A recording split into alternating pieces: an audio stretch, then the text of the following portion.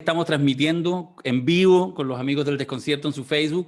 De hecho, yo los acabo de poner a todos visibles y pese a que los acabo de mutear, los voy a desmutear porque siempre es bueno partir de esta actividad. Están desmuteados para que nos demos un aplauso por, básicamente por este ejercicio de reivindicar el libro, de reivindicar el pensamiento. ¿Cierto? ¡Vamos! ¡El libro! ¡Bravo! Para Navidad. Oye, ya les voy a contar, ya les voy a contar si ya está listo el libro. De hecho, me tocó verlo hoy día, así verlo físicamente. De verdad quiero darles la bienvenida a todos quienes están acá adentro del Zoom.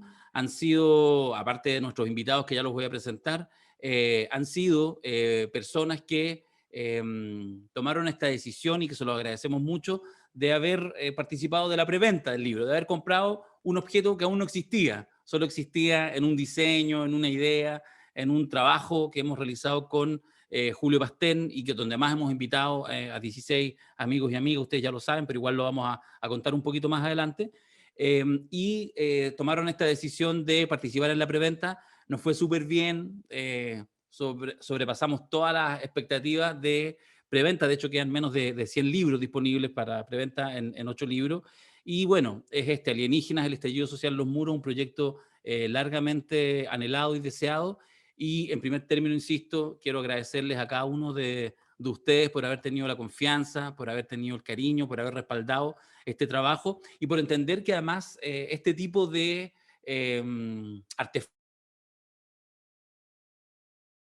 no sé por qué me muteé, estos artefactos que pueden ser los libros, son cosas que de alguna manera movilizan y que activan el pensamiento crítico, que activan la posibilidad no solo de darnos respuestas, sino de hacernos, como decimos siempre, buenas preguntas, ¿eh? Entendiendo el rol movilizador de la pregunta, del pensamiento, de la capacidad de articular, sobre todo en estos tiempos tan movidos, tan convulsos que nos toca vivir. Así que eso es un agradecimiento, insisto, a cada uno de ustedes.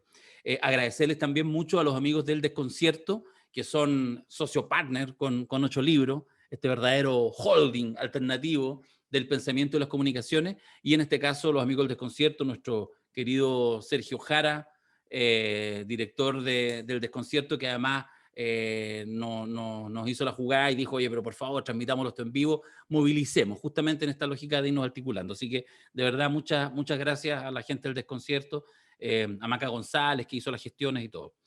Nos reunimos hoy en este tercer conversatorio, ¿cierto? Ya realizamos 2 anteriores, en la cual muchos de ustedes participaron, y nos reunimos además el día en que acaba de salir el libro. Yo les contaba que pasé hoy por la editorial hace un par de horas atrás y habían recién llegado las primeras cajas.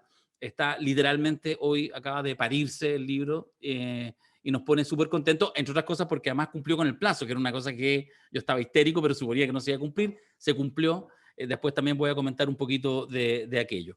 Así que eso, un par de avisos muy cortitos para ustedes que están ahí, que tenemos entrega del libro físico para los que están en Santiago, todos han recibido, le hemos enviado el correo electrónico, por si alguien no lo ha visto, vamos a estar el jueves 17, este jueves, el correo aparece de 10 de la mañana a 4 de la tarde, en la editorial, ahí en Providencia, al lado del metro Tobalaba. Y además vamos a estar el día martes y miércoles, ya vamos a contar de eso, 22 y 23, en un horario por ahí definido. Vamos a estar, además ahí junto, aparte con Julio y nuestro libro Alienígena, con Alberto Mayol, que también está sacando el suyo y que también lo celebramos y agradecemos que esté en este tercer conversatorio. De ahí alguna palabrita le vamos a pedir sobre las 50 leyes del poder en El Padrino, también libro súper anhelado. Así que quienes están en la región metropolitana, si quieren pueden ir a retirarlo para tenerlo obviamente antes de Pascua. Y los que no, les va a seguir llegando. No nos hacemos cargo de la velocidad de los couriers, pero bueno, entendemos que más tarde o más temprano va a estar en manos de cada uno de ustedes el libro. Finalmente, solo para esta breve introducción, para darle el paso, tal como ha sido los conversatorios anteriores, a mi querido amigo, compañero, socio, colega, Julio Pastén Ángel, periodista, calameño, con el cual hemos trabajado en Calama, hemos hecho cosas en Antofagasta y ahora estamos acá en Santiago. Antes de darle la palabra a él, que va a ser una introducción, tal como fue en los 2 últimos conversatorios, que de alguna manera va a ser, se hace cargo Julio de hacer una buena provocación para que nuestros invitados e invitadas puedan luego intervenir. Nuestros invitados e invitadas, ya los voy a ir presentando uno a uno, solo los menciono por ahora. Está con nosotros nuestro amigo Fernando Paulsen, está con nosotros el inefable Mirko Macari, está con nosotros Alberto Mayol y está con nosotros Daniela Vicherat, socióloga, que además está en Holanda o en Países Bajos, está en La Haya viviendo ya hace muchos años atrás y que fue ella junto con Mirko, con Fernando, con Alberto y con otros 12 amigos y amigas, una de las personas que se animó a escribir un texto, un texto con este pie forzado que era que el título del texto tenía que ser uno de los rayados de este libro, Alienígenas, el estallido social, los muros. Entonces va a partir Julio, que le va a dar el pase en este instante, y luego le vamos a pedir a nuestros 4 invitados, invitadas, que cada uno pueda hacer una intervención en el rango de los 7, 8, 10 minutos, para, en fin, poder poner en movimiento lo que de alguna manera ya un año, más de un año de distancia, todavía nos siguen diciendo los muros de Santiago y los muros de Chile. Así que, nuevamente, muchas gracias y, estimado Julio Pastén, el micrófono y la pantalla es toda suya. Gracias, Darío. Voy a compartir pantalla. Juegue.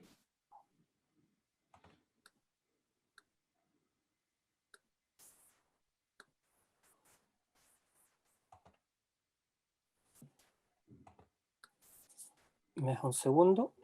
Le doy un segundo. Si estamos ya acostumbrados a que compartir pantalla se demora un minutito.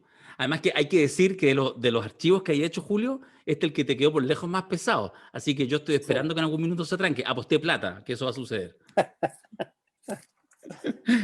Debes tener la solución entonces también, pues, Darío. Por supuesto. Bueno, saludar a todos, a todas las presentes. Voy a hacer una breve introducción. Trataré de ser breve para dar algún tipo de argumentación que después podamos ir conversando. Por supuesto, todo esto desde el trabajo que hicimos con Darío en el análisis de las frases en los muros que analizamos. Antes de comenzar, ustedes pueden ver ahí que hay un título debajo del título del libro, que es Recordar es despertar. Quisiera comentarles, ¿cierto?, que este título refiere a algo que se llama arcaísmo, digamos, que son expresiones antiguas. En este caso, esta es una expresión utilizada antiguamente en el campo, en los sectores rurales, en que despertar y recordar era más o menos la misma cosa, digamos. Por ejemplo, se solía preguntar si la señora o el caballero ya había recordado en la mañana, ¿no?, que era lo mismo que preguntar si el caballero o la señora ya había despertado en la mañana.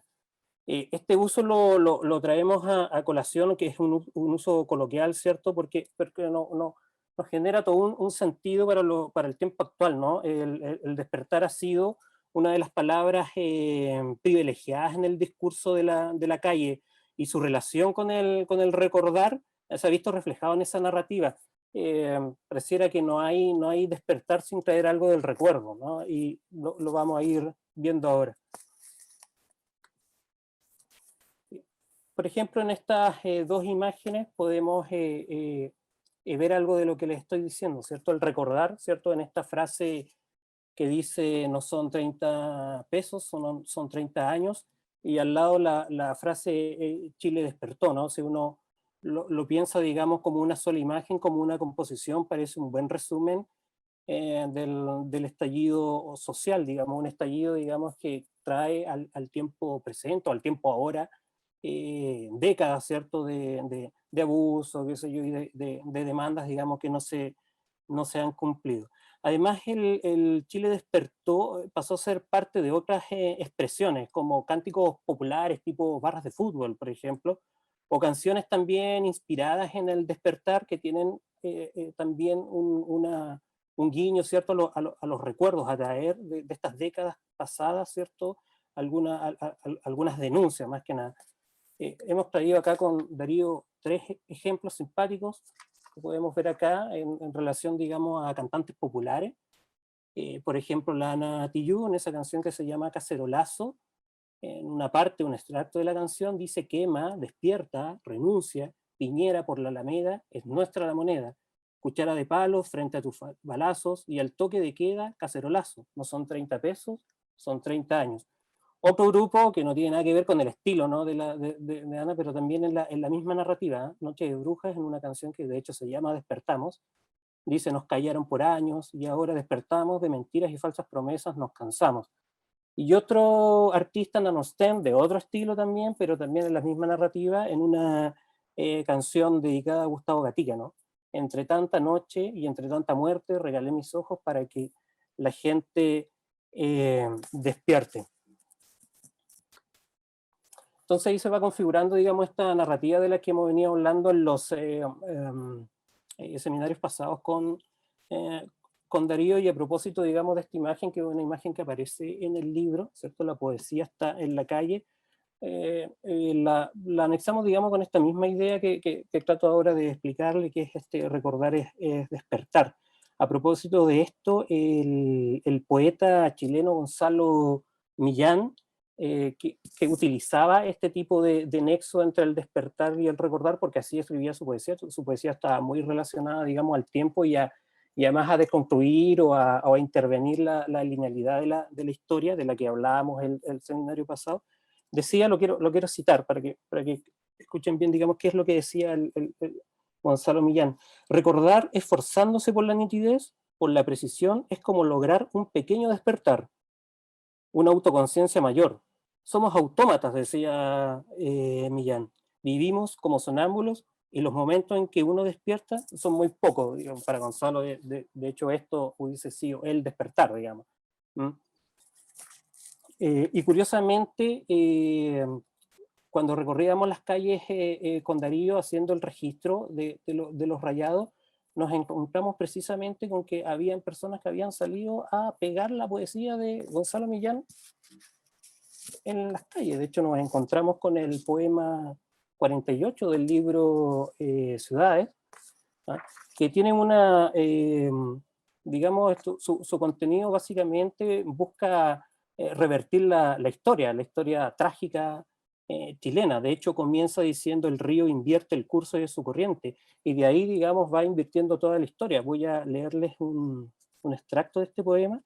Dice: los campos de concentración se vacian, aparecen los desaparecidos, los muertos salen de sus tumbas, los aviones vuelan hacia atrás, los rockets suben hacia los aviones, Allende dispara, las llamas se apagan, se saca el casco, la moneda se constituye íntegramente, su cráneo se recompone, sale a un balcón.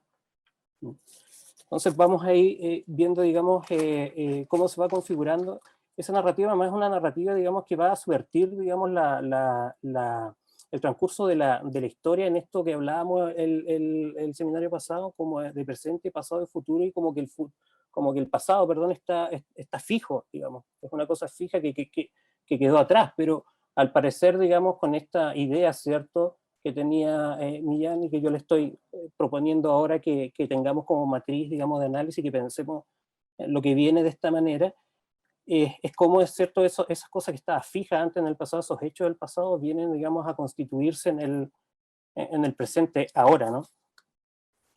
Benjamin, que es el filósofo que hemos ido trabajando en estos conversatorios y que nos ha prestado las ideas sobre la historia, dice que los hechos históricos pasan a ser lo que ahora mismo nos sobrevino.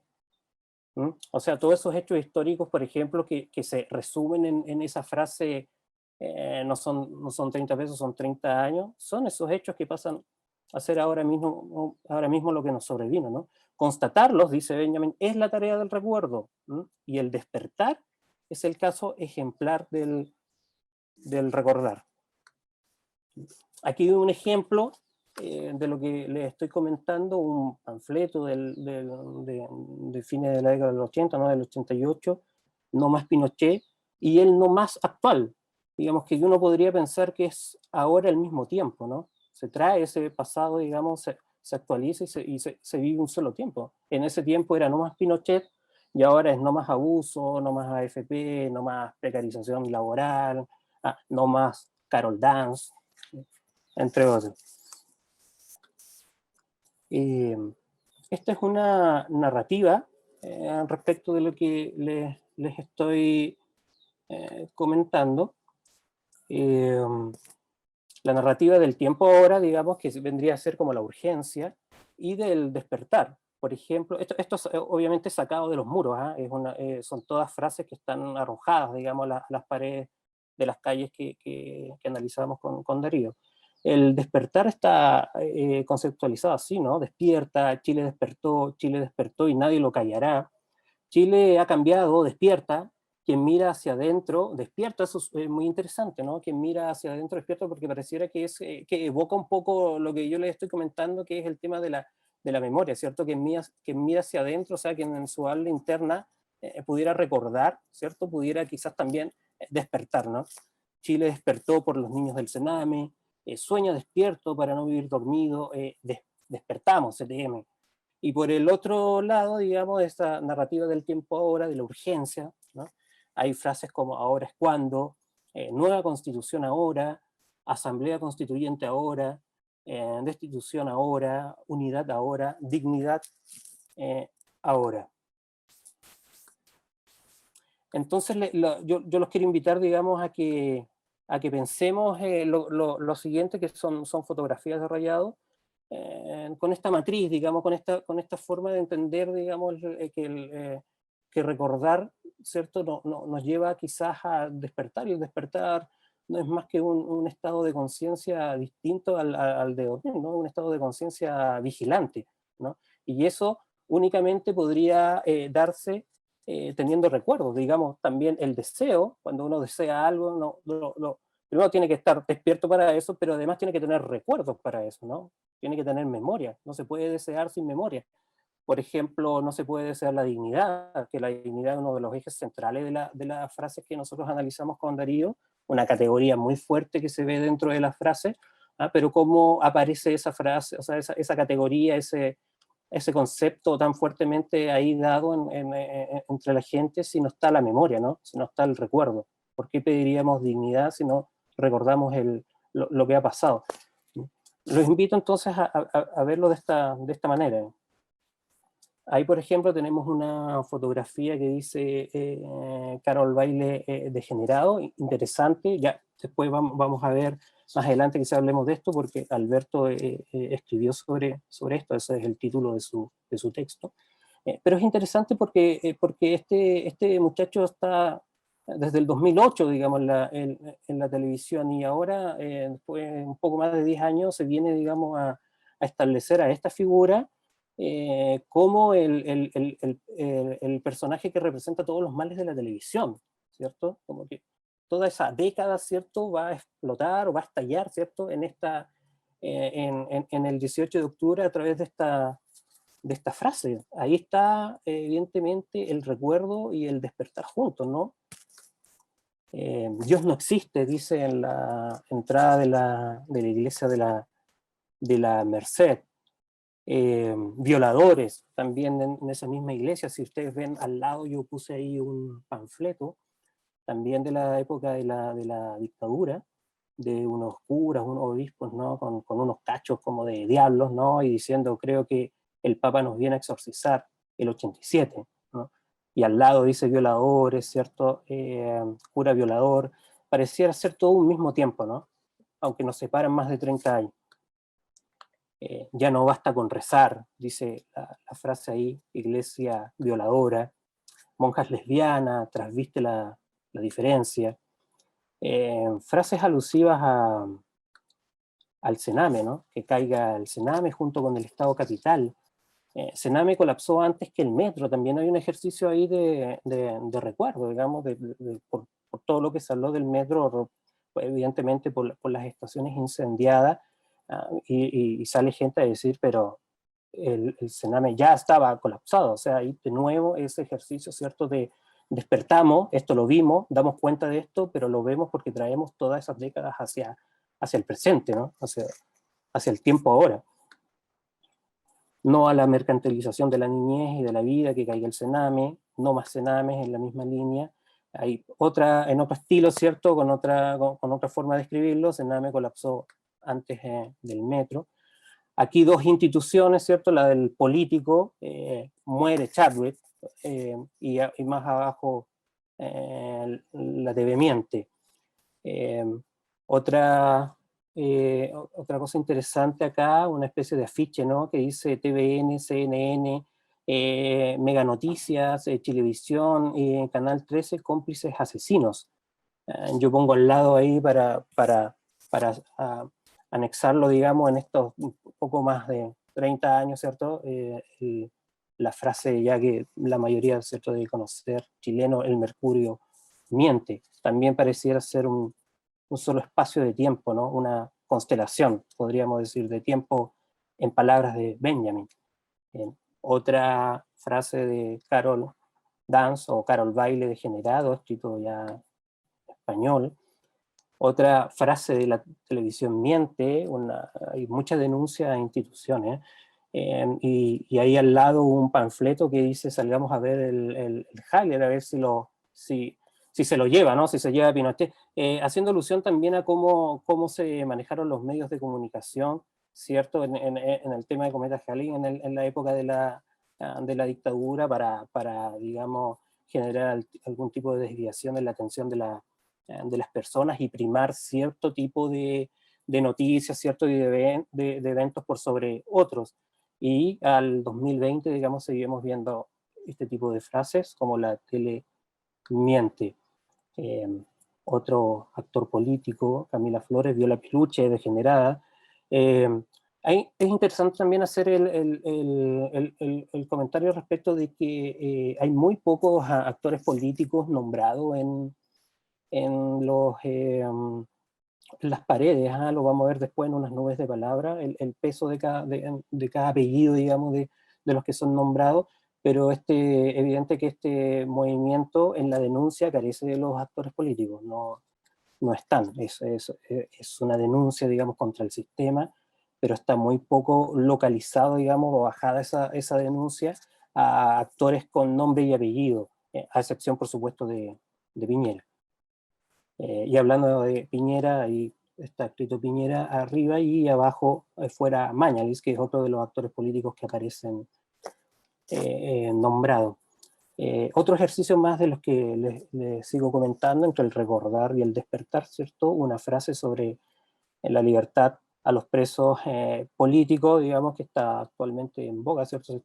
Se está discutiendo, y un panfleto también de la época de la dictadura, libertad para todos los detenidos, también en ese ejercicio donde se quiere en esa composición, cierto recuerdo, despertar, pareciera que en esto habría un solo tiempo, que se viniera ¿cierto? Todo ese pasado a explosionar, ¿cierto? A estallar en el tiempo presente. ¿No? Piñera asesino, Piñera renuncia, Piñera dictador, renuncia Piñera nuevamente. Otra frase interesante, pero ya desde el punto de vista, ¿cierto?, del feminismo, apareció esta frase en varios lugares del centro de Santiago: capitalismo más patriarcado, igual prostitución. Y si ustedes ven al lado, ¿cierto?, un panfleto, ¿cierto?, un escrito también del tiempo de la dictadura, es básicamente lo mismo, solo que uno está más aferrado, digamos, más ligado a establecer una denuncia al sistema, y otra está más localizada, ¿no? Pero dice toples y prostitución, del machismo, imperialismo son, del movimiento feminista. ¿No? Y termino, digamos, estos rayados con estas dos fotografías que dice renuncia Piñera y fuera Piñera también, quizás preguntándonos si este proceso es un proceso constituyente o destituyente, digamos. También Benjamin tenía una tesis ahí en que cuando la sociedad se va a redimir, ¿cierto? Lo que hace más bien es destituir y no constituir. Bien interesante quizás desde ese punto de vista ver que lo que más se pide, digamos, es esto. Voy a pasar rápidamente debido a estas nubes de palabras, solo que quiero que me interesa que vean el peso de las palabras sobre las instituciones de las que he estado hablando. Por ejemplo, la televisión, evidentemente que Carol Dance es el representante, digamos, de todos los males de la televisión, de la degeneración y la mentira, digamos. En los personajes políticos, Mañalich, Chadwick y Camila Flores son los políticos que más se nombran, evidentemente denunciándolo. En la iglesia, el concepto de violadores, de Dios, en el sentido, digamos, que veíamos en la primera foto, que Dios no existe, pedófilos, en fin, ese tipo de denuncias, más bien en esa clave. El Sename, en el sentido de que es una institución colapsada, ¿cierto? Que es una cúpula de psicópatas, que son asesinos, y que es una institución que habría colapsado antes que el metro, que esa es la frase a nuestro entender sobre el Sename. Y por último, en esta categoría Piñera, que estas son las palabras que lo acompañan, es evidente que renuncia, ¿cierto? Es la que más se repite junto con Piñera, y también fuera, evade, asesino y dictador. Y para terminar, Darío, yo dejaría esta frase que es la que le da título a este seminario, y a ver si las cosas que comenté acá quizás también sean o no sean, digamos, señales, digamos. ¿Ah? La frase dice, si esperas una señal, esta es. Dejo entonces esto como pregunta, ¿cierto? Iniciar el conversatorio, Darío. Muchas gracias, Julio. Muchas gracias. Bueno, como dijimos, la idea era hacer una provocación inicial y cuando agrupamos estos 3 conversatorios que hemos estructurado y decidimos este final, respecto a esta idea de si esperaba una señal esta es, que es el texto que da título al texto de Mirko Macari, ¿cierto? Pero básicamente, y es lo que les queremos plantear a nuestros invitados e invitadas, le voy a pedir a Fernando Paulsen, que es un amigo entrañable y que siempre además engalana y prestigia tanto el seminario como su participación en el libro, lo digo bien en serio. De hecho, solo voy a comentar una pequeña infidencia antes del pase a Fernando, y es que le pedimos a varios amigos para el tema del texto, esto fue a finales de diciembre. El primero que dijo, sí, participo, fue Fernando, que yo dije, bueno, con la agenda de Fernando es el más complicado. Y después, el primero que envió su texto fue también Fernando Paulsen. Yo solo lo digo porque a veces uno ve a estos monstruos de las comunicaciones que se mueven a otro nivel en la estratosfera del mundo comunicacional chileno y dice, bueno, de repente no van a tener tiempo, te van a decir que sí, te van a decir después que no. Y en eso yo de verdad agradezco mucho a Paulsen que se lo tomó con seriedad y yo creo con harto cariño. Él hizo un texto bien bello, bien interesante respecto al tema del Sename, pero más allá de ese texto, que ustedes ya pronto lo tendrán en sus manos, te abro esta conversación, Fernando, con la pregunta, si esperabas una señal esta expo, que eso es un poco de alguna manera lo que provoca este conversatorio en términos de si estaban las señales para entender que esto es lo que venía, y también a un año de distancia del estallido social, ¿cómo sigues viendo el devenir de Chile? Muchas gracias y buenas noches, Fernando, por estar acá. Te puedes desmutear, te di todas las atribuciones, querido amigo. Ahí está. Bueno, muchas gracias. Siempre es un agrado estar conversando con ustedes, ya sea en la epopeya ya a estas alturas del Padrino o estas cosas que eventualmente pueden también transformarse en buenas oportunidades de negocio, porque entretenido es el libro, creo yo. Yo tomé una frase de los niños del Sename y que básicamente, voy a parafrasearla para no decirla exactamente como es, pero básicamente establece que todos los niños del Sename en algún momento dado van a salir. Y eso es muy cierto. Yo estuve preso 2 veces en dictadura, una en la cárcel pública de aquí y en Capuchino, y la segunda vez, el 88, en la cárcel vieja de Valparaíso.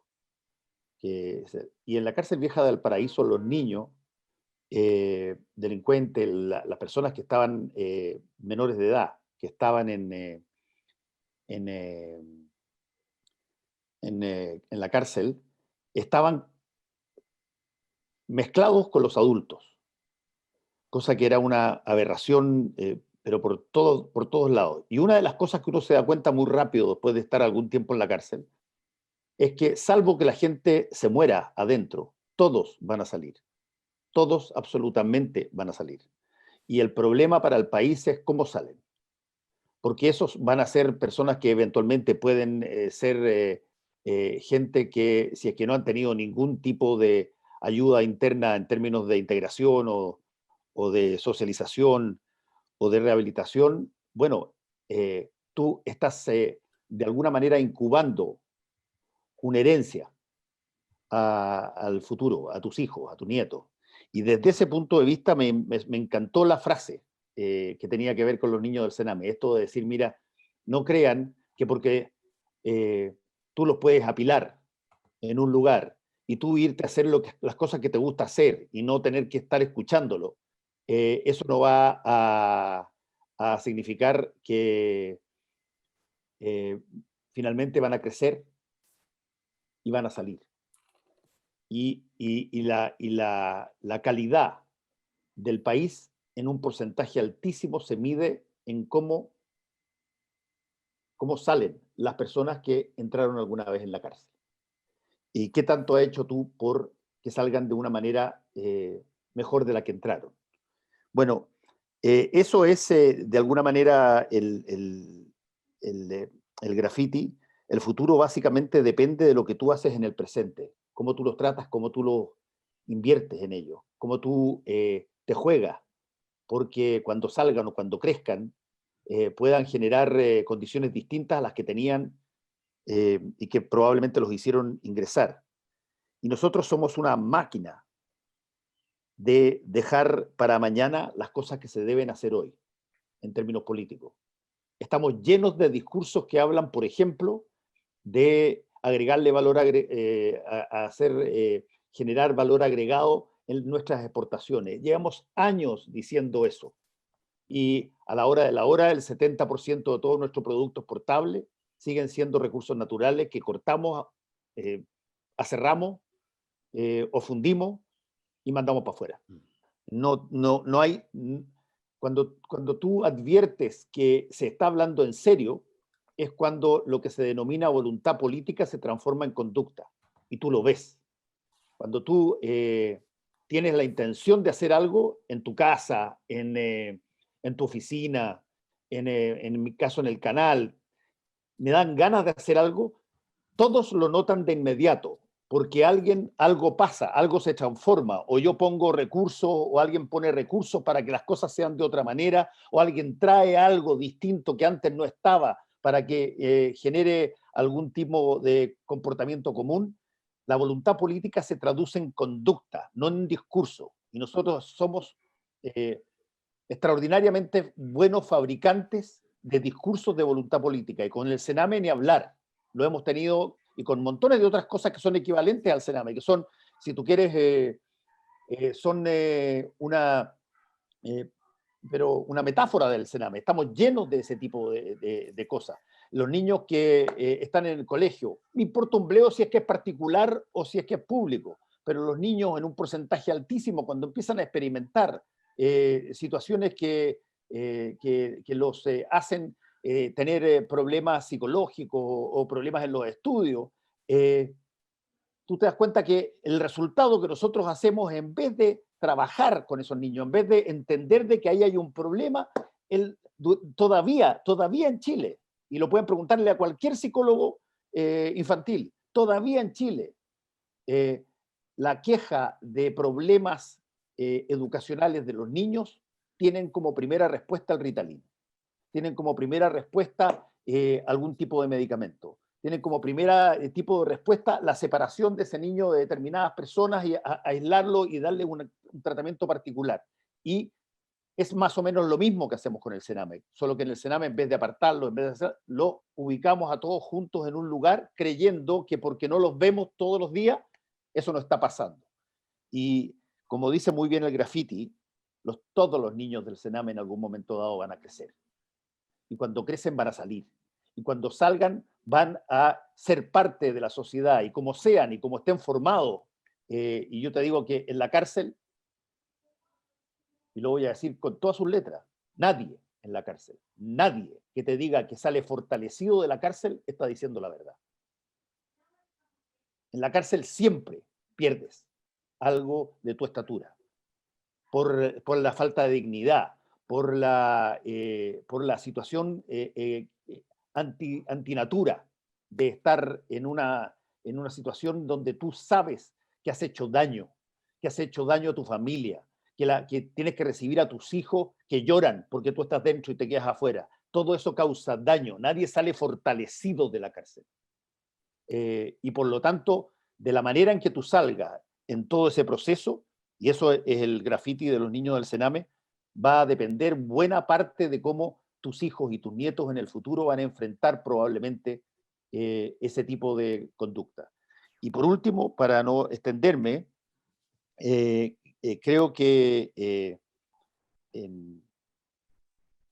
y voy a hacer el ejemplo de nuevo, creo que el tema de la voluntad política, que para mí es central hoy día, el tema de la voluntad política es algo que tiene que dejar de ser parte de los discursos y tiene que transformarse en conducta. Cuando tú quieres hacer algo y te desvanas la cabeza porque no te puedes sacar de tu ser el querer hacer algo, todos te lo empiezan a notar muy rápido, porque empiezas a traer cosas, empiezas a hablar solamente de algo, vas a comprar libros que tienen que ver con el tema, empiezas a asociarte con gente que tiene que ver con ello. La voluntad política es física, no es un discurso.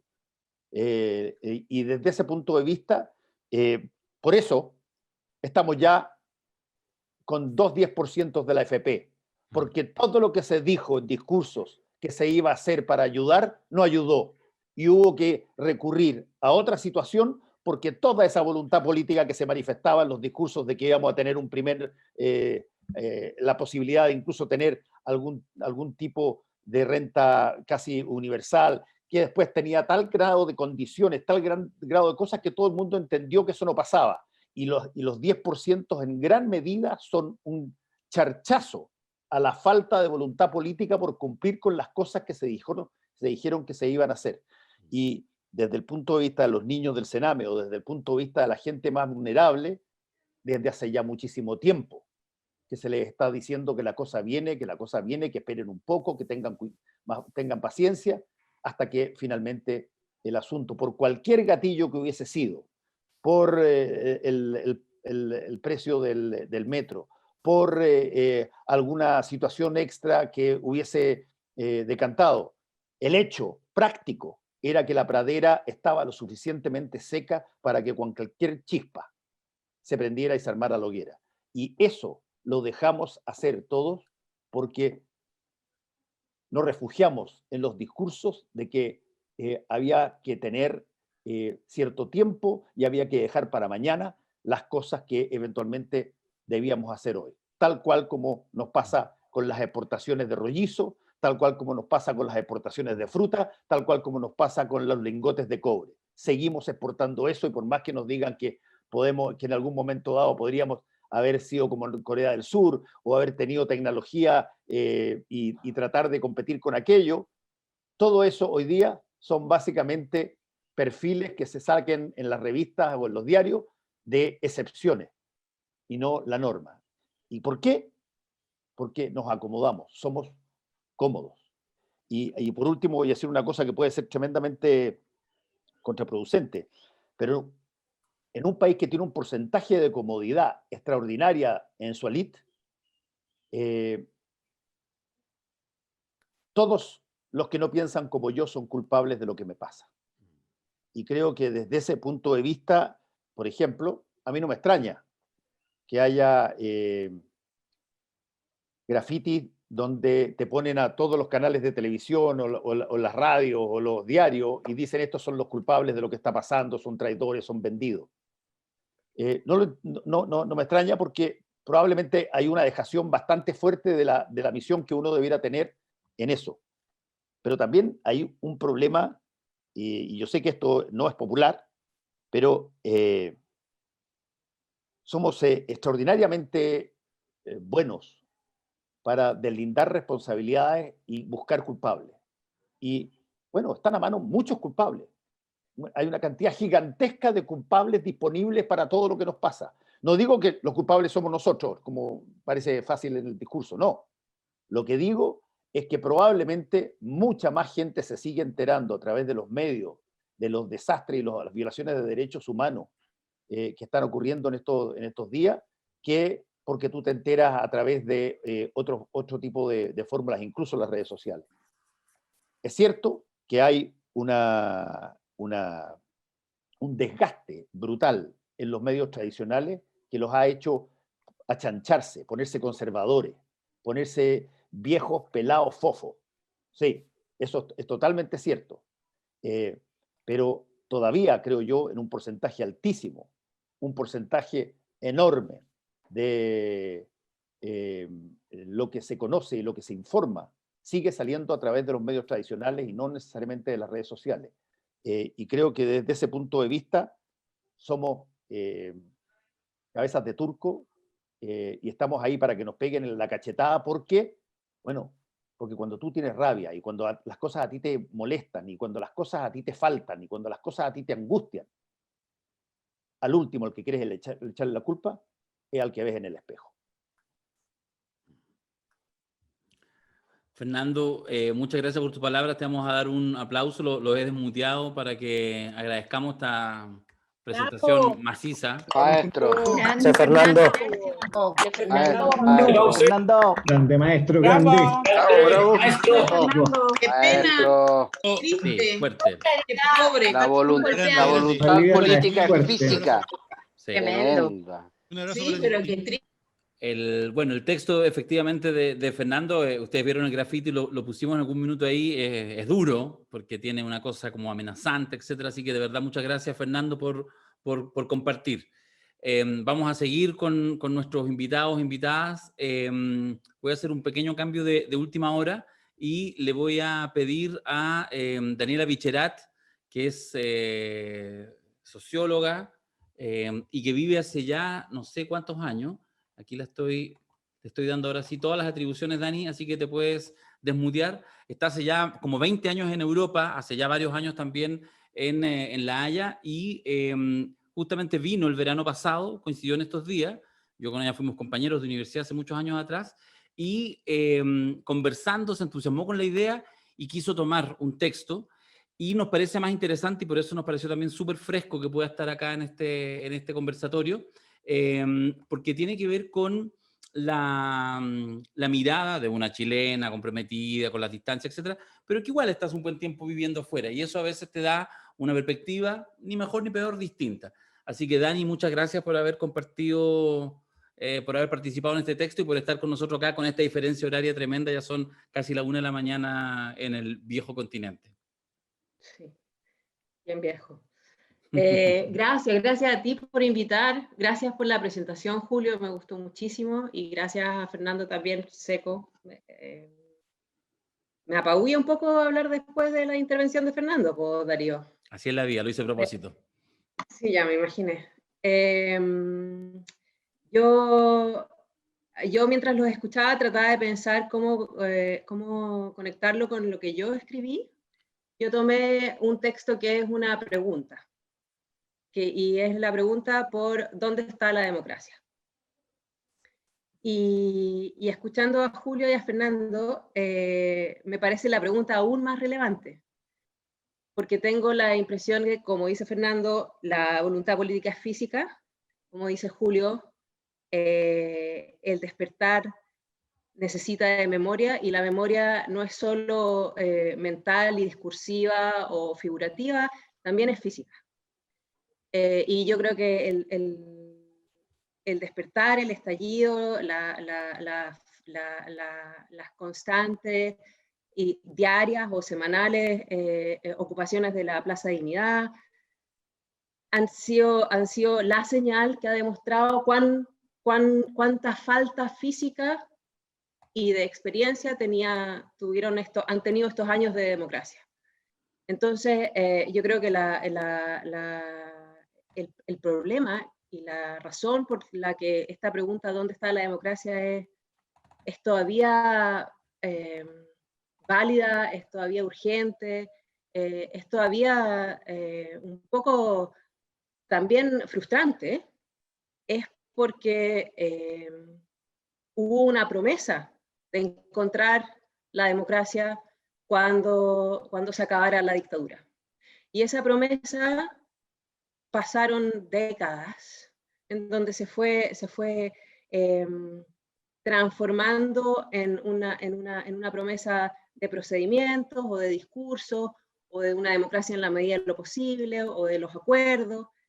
Y lo que vimos el año pasado es que ese nivel discursivo no aguanta más cuando la experiencia cotidiana no responde.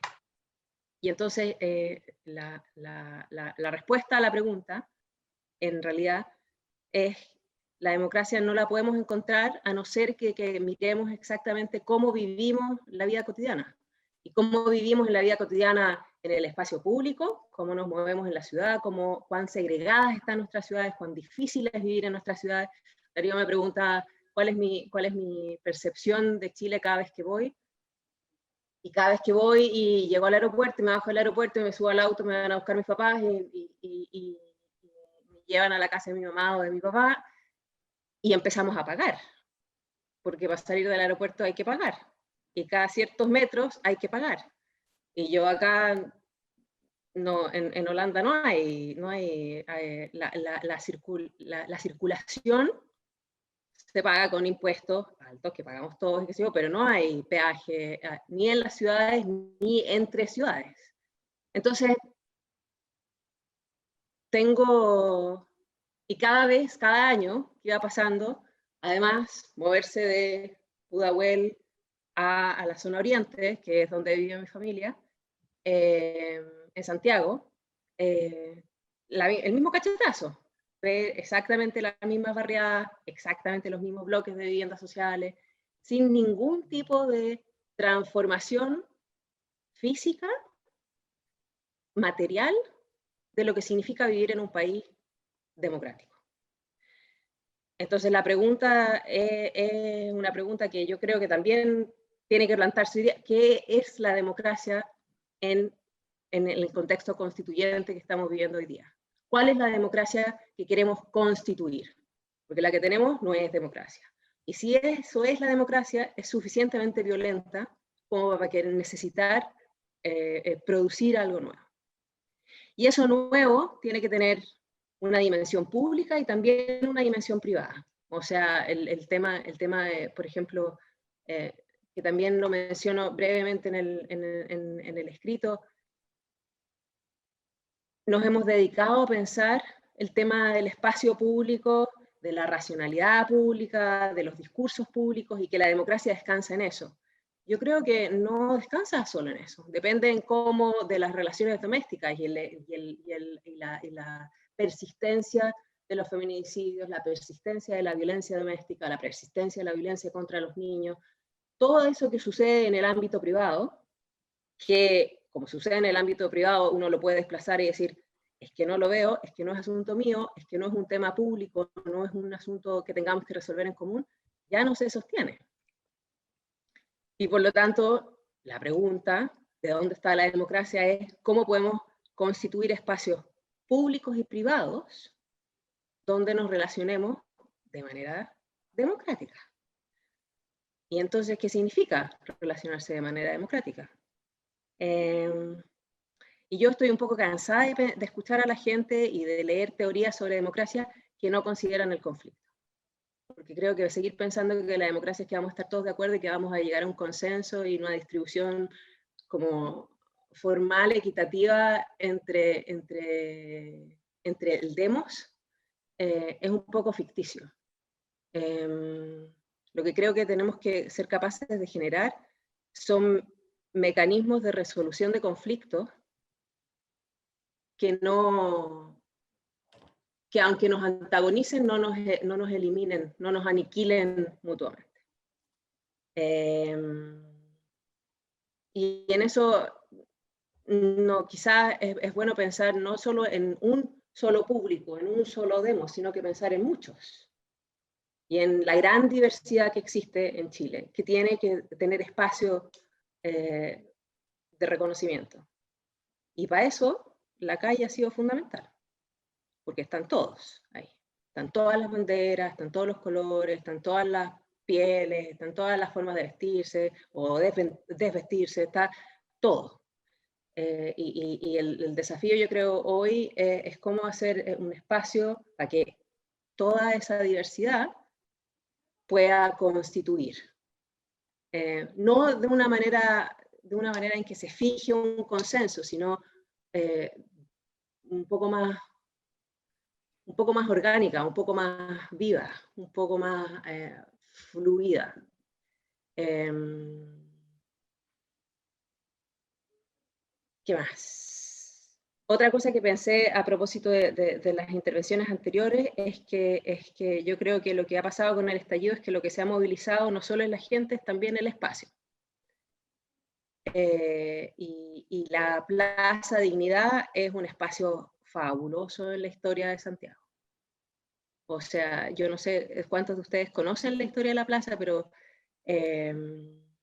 fue parte de mi investigación doctoral y por eso escogí además trabajar en esta pregunta en específico. La plaza ha sido el lugar en Santiago de manifestaciones populares desde los inicios de la ciudad. Era una de las fronteras de la ciudad colonial, donde estaban lo que llamaban las cajitas de agua, donde se acumulaban el agua y se distribuía el agua de la ciudad colonial, lo que separaba los fundos y las grandes estancias agrícolas de la ciudad administrativa. Y entonces ha sido siempre ese punto de unión que marca la diferencia entre los distintos segmentos que conforman Santiago. Y entonces ver toda la transformación de la plaza en este proceso ha sido para mí súper interesante, porque además es como el germinar de 100 y pico años de historia de esa plaza. No hace tantos años atrás, hace como 10 años atrás, el 2008 creo, hubo una gran controversia en la Plaza Dignidad a propósito del monumento a Guzmán, que ahora está ubicado al frente de la Embajada de Estados Unidos. Porque el plan original para ese monumento era instalarlo en la Plaza Dignidad, donde están las florcitas, que ya no hay florcitas, pero bueno, no sé ahora si habrán puesto, pero el año pasado, la última vez que estuve, no habían florcitas. Iban a poner el monumento a Guzmán. Y hubo un movimiento de vecinos y un movimiento ciudadano para evitar el arreglín que había existido entre monumentos nacionales y la Fundación Jaime Guzmán para instalar ahí el monumento. Y finalmente no lo instalaron ahí, lo pusieron al frente de la Embajada de Estados Unidos. Desde mi punto de vista, esa es una resistencia del espacio que se manifiesta a través de la acción de la gente, pero por lo importante que es ese espacio de manera física y simbólica para nuestra forma de habitar la ciudad. Y ahora, estos días, y en este tiempo, y con esto yo creo que voy a terminar, lo que está en discusión es el nombre. Pues yo he hablado de la Plaza Dignidad porque para mí el nombre ya cambió. Hay gente que todavía habla de la Plaza Baquedano, la Plaza Italia, y lo divertido de ese lugar es que todos los nombres sirven, porque depende de donde uno esté, no solo de la posición política que cada uno tenga, sino de donde uno esté parado, ¿cómo la vamos a llamar? Que se llama Baquedano, donde está el monumento, pero se llama Plaza Italia si uno está esperando la micro, y si uno se para o mira las placas o mira o va a las manifestaciones y toma una posición más activista, es la Plaza Dignidad. Y para eso todos los nombres están como en el juego de cómo vamos a reconstituirnos como público y como ciudadanos en este momento transicional, tratando de limpiar la palabra transición, no haciendo referencia a la transición, sino en este momento de cambio de época que estamos viviendo. Y yo creo que lo dejo ahí. Muchas gracias, Dani. Vamos a desmutear también a todos para brindarle un aplauso transoceánico, así que tiene que ser... ¡Bravo! Gracias, Daniela. Gracias. Gracias. Bravo, bravo. Muchas gracias, Daniela. Sí, po. Gracias. Gracias. Con la Dani fuimos compañeros de universidad en el año 92. Ella se dedicó a estudiar, le fue bien, está ahí en el viejo continente. Yo no estudiaba tanto, así que me quedé acá nomás con Mirko y con Alberto. Así es la cosa. Muchas gracias, Daniela, de verdad, por haber estado y por darte más la generosidad de estar ya trasnoche. Sé que a ti no te gusta trasnochar. Vamos a continuar rápidamente. Dejé a mis dos compañeros para el final y le voy a pedir a Alberto Mayol, que hizo un texto sobre Carol Dance, que tome la palabra. No sé si te vas a referir a tu texto o la provocación que han hecho ya nuestros invitados o invitadas. Gracias, Alberto, por estar acá, gracias por escribir. Y nada, ¿para qué te voy a presentar? No, Si... por favor. ¿Ah? No, Con muchísimas Julio gracias por la invitación. estamos muy contentos que se lo hayan tomado en serio. De hecho, tan en serio que Alberto en las primeras semanas, cuando nos entregó por allá por enero el texto, le empezó a hacer, pasar unos días, me decía, ¿ya cerraste? Él ya había entregado su texto. No, todavía estoy esperando algunos textos. Entonces, le metía una mano y le agregaba una página más. De repente pasaban 3 días más, ¿ya cerraste? No, me quedan todavía, me faltan 2 textos. Hizo como 4 correcciones. Así que, y entonces partió en una cosita de 1 página y media, quedó como en 6. Pero es un texto maravilloso. Gracias, Alberto, por estar acá. Gracias, Darío. No, sí, lo que pasa es que, mira, yo creo que entrando rápidamente en materia, creo que lo importante es que justamente el ejercicio al que nos invitaste, que también hemos desplegado y has tenido ocasión de desplegar con Julio también en los seminarios, convoca algo que es bien importante, que es entender por dónde pasa el río cuando pasa el río. Es una cosa que es compleja para el mundo académico, es que el río pasa por muchos lugares que el mundo académico no puede ver porque no tiene las herramientas para ver. Y el mundo periodístico tiene otras herramientas y la verdad periodística es distinta a la verdad académica y todas las verdades. Es cierto, como decía, como decía don Andrés Bello, que todas las verdades se tocan. El problema es que, y crecientemente, las mentiras se toquetean. Entonces es muy difícil ¿ya?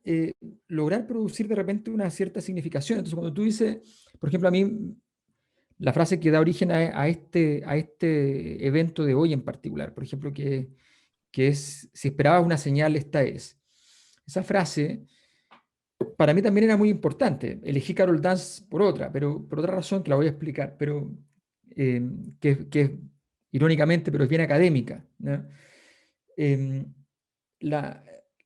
Esa frase a mí me convocaba mucho la idea de una señal, es porque de alguna manera era tan evidente la verdad instalada del tipo de sociedad chilena exitosa, jaguar, modelo, en fin, ejemplo mundial, era tan poderosa que lo único que podía revertirla era una señal de tal tamaño, de tal magnitud, de tal incongruencia con ese discurso del oasis, que pudiera simplemente derruirla por completo. Eso es lo que a mí me pareció más importante en ese sentido. Yo siempre decía, mucha gente sabe y algunos ya se aburren de que a mí me gusta mucho la Biblia, entonces yo siempre decía que en el Antiguo Testamento, que es cuando Dios habla más, porque después viene el Hijo, ya es la secuela, digamos. Entonces, en el Antiguo Testamento hay 2 formas en que Dios habla. Una muy poco frecuente, que es el Dios dubitativo, ¿no? Que es el Dios de Job. Y otra es la forma que habla Dios, ¿no? Con una voz rotunda y estruendosa, implacable, imponente, imposible de ser siquiera cuestionada con una mirada. Bueno, hay veces que nos encontramos, pero son muy pocas en la vida, con esa voz rotunda y estruendosa. Y que uno siente que si no le hace caso, las peores maldiciones van a llegar. Y el 18 de octubre del 2019 fue eso, fue esa voz rotunda y estruendosa que hacía imposible que esto no cambiara. A tal punto que en un gobierno que no tenía en sus planes en absoluto esto, ha tenido que ocurrir, y ha tenido que ocurrir de esta manera, inorgánica, fracturada, debilitada, con un gobierno convirtiéndose en arena, en el fondo. Ahora, en ese contexto, en esa voz rotunda y estruendosa, a mí me parece muy interesante que, yo lo digo así en el texto, el tercer culpable del estallido en términos de los murallas, después de Piñera y Chadwick, sea Carol Dance, o como en este rayado, traducido al castellano en una jugada decolonialista, Carol Baile, con la crítica degenerado y efectivamente conectando con todo el escenario de la televisión como un lugar de degeneración. Esa crítica general a los medios de comunicación y particularmente a la tele de farándula, que irónicamente el 18 de octubre del 2019 la tele de farándula termina, habiendo nacido el año 1999 estando Pinochet detenido en Londres. Entonces es muy interesante ese inicio, el cuestionamiento, los años después del 2011 y el final. Entonces, a mí, ¿por qué me interesó Carol Dance? Porque me interesó porque evidentemente Carol Dance puede tener muchísimos pecados, los tiene y hasta algunos se han transmitido por Facebook, pero no es el culpable. Entonces me puse a trabajar en nombre de Carol Dance. Y entonces escribí algo, voy a leer un fragmentito, no voy a leer algo muy largo, pero voy a leer un fragmentito del texto porque ya, si me preocupé en escribirlo decentemente, ¿para qué lo voy a parafrasear? Digamos. El 6 de abril de 1987, Juan Pablo II, el último papa investido de majestad, última versión de emanación divina en el hoy triste Vaticano, salía de Chile en el avión de Alitalia que estaba a su disposición. El viaje había sido un éxito. Y no era fácil. Había cuadrado el círculo. Felices los miembros de la oposición, felices en el gobierno. Era tan perfecto el resultado de su viaje a Chile que el Papa de ultraderecha había recibido de ofrenda un hermoso disco de canciones especialmente compuestas para él, realizado por conspicuos nombres de la izquierda chilena y latinoamericana. Gervasio, Piero y compañía ofrendaban al Papa que hizo crecer al Opus Dei y a los legionarios de Cristo. En resumen, Juan Pablo II lo había logrado todo en el viaje. Había saludado junto a Pinochet al pueblo, había protegido a una mujer de izquierda en la bandera, había puesto la piel de gallina a miles de personas en el Estadio Nacional apuntando actoralmente a Cristo, había llenado las calles y los eventos de fieles enfervorizados. El genio político, el actor, el Mesías, todo había sido logrado con un infinito talento. Karol Wojtyła, el polaco, el anticomunista, patriarca de una iglesia de élites, se iba de Chile bañado de pueblo, dejando su carisma regado por cada trozo del suelo nacional. Todas sus faltas eran excusadas, todos sus aciertos habían sido convertidos en apología. Una mujer embarazada lo vio pasar en el Papa móvil. Era Nancy Venegas. Enfervorizada lloró y abrazó su vientre en el momento. Su bebé se movió estimulado. Ya tenía los 9 meses y el alumbramiento se avecinaba.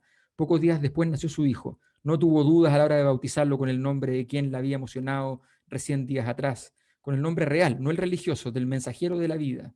El niño se llamó Carol.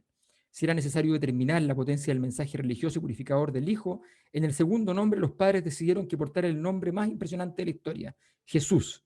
Carol Jesús Lucero Venegas veía por vez primera el mundo el 17 de abril del 87 en medio de un Chile agitado que tomaba forma entre cometas Halley, plebiscitos, vírgenes avistadas, frentes patrióticos, CNIs y militares disfrazados de civil para hacer olvidar el puño de hierro. Ya en su nombre, Carol representaba las contradicciones o quizás las continuidades. Su apellido Lucero en latín se dice Lucifer, el ángel caído, el brillante, inteligente ente celestial cuyos atributos le llevaron a caer duramente por haberse llenado de violencia por la amplitud de su comercio. La dialéctica de Carol Dance es compleja. El nombre de Wojtyła, una de las mayores combinaciones del bien y el mal que se conoce. El nombre de Jesús, el gran revolucionario igualitarista de la historia. Y el nombre de Lucifer, el ambicioso que destruyó su propia potencia para impugnar a Dios mismo. Carol Lucero traía a Eros en su cuerpo, pero también traía a Tánatos. La combinación era explosiva. Carol, Jesús, Lucifer iluminaba la noche y las discotecas, y luego fue ángel del amanecer con mucho gusto. Su carrera en la conducción de eventos comenzó con la animación de las fiestas Pokémonas, actividades que realizaba por las tardes. Se trataba de fiestas con bebidas energéticas y muchísimo reggaetón. Las descripciones expertas señalan que las muchachas iban con mucho maquillaje, el pelo liso, carteras brillantes y poleras de estrella. Y los mismos expertos señalan que los muchachos usaban pantalones muy anchos, lentes de sol, jockeys, pero corto arriba y largo atrás. En fin, se requiere toda una antropología para ello. Allí fue donde Carol encontró un camino luego de retirarse de Derecho y de estudiar modelaje y dicción. Daddy Yankee era su copiloto y el frenesí juvenil era su trabajo. Allí fue poseído por la onda, y así comenzaba la pequeña historia de un ídolo posmoderno. Luego vino el éxito, el descomunal éxito. Podría describirse la historia de Carol Dance, un joven nacido en una comuna popular de Santiago que se convirtió en ídolo televisivo, que se llenó de fama, fortuna, parejas de belleza inolvidable. La vida le dio todo, pero sobre todo dinero y sexo. ¿Quién podría rechazar beber de ese cáliz? Rozó los extremos de la ibris, celebró el cumpleaños en un casino, puso desnudos a un modelo varón y una mujer con sushi sobre su cuerpo.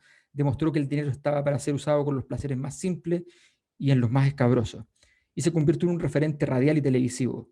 Un hombre fundamental en los matinales, un animador internacional en la escena mexicana, pleno imperio latinoamericano. Crecía cada día. Los ejecutivos de televisión aman estos personajes monstruosamente exitosos. Carol Dance parecía hacer temblar al mismísimo Francisco. La ironía de la historia es siempre poderosa. Ese sí que es un enemigo poderoso e implacable. Carol padeció la ironía. Si había algo que su nombre portaba era el estigma del papa más fanático de la historia en condenar la impudicia sexual. Para Juan Pablo II el cuerpo humano pecaba fundamentalmente entre las piernas. Lo demás era menos importante. Fue esa su agenda fundamental. ¿Quién lo diría? Carol Lucero tenía la misma posición, pero con un matiz. Su agenda fundamental era ocupar implacablemente esa zona del cuerpo para pecar. Como Juan Pablo II, cada mañana al levantarse pensaba en el sexo, pero no para combatirlo, sino para entregarse a él con fervor religioso.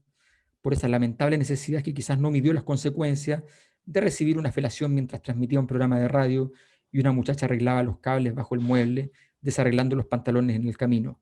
Era una ofrenda, ¿quién podía negarse?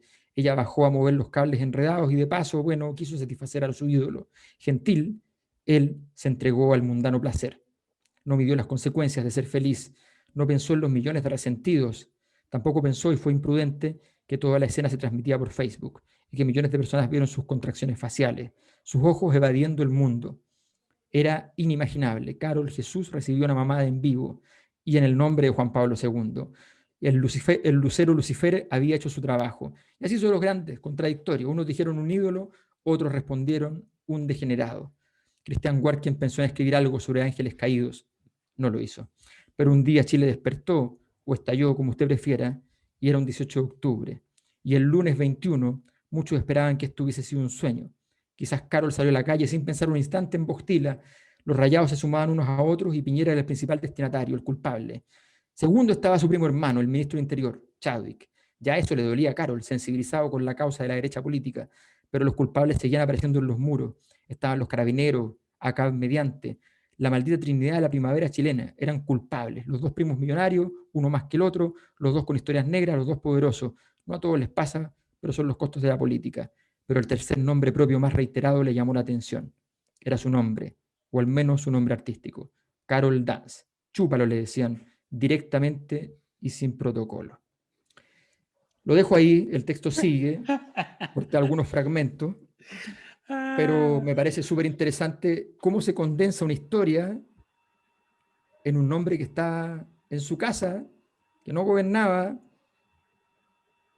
que había cometido una falta, no digo que no había hecho nada, pero poco tenía que ver con el estallido, pero eso es lo interesante de la sociedad, que de pronto su nombre queda objetado, sin haberle él cortado en pantalla después del estallido el pelo a un camarógrafo, sin haber hecho ninguna de esas maldades.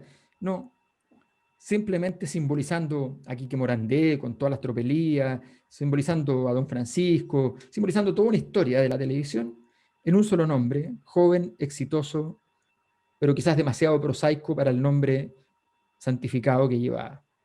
Gracias, Darío. Démosle un aplauso. Los acabo de desmutear a Alberto Mayol. ¿Qué pasa?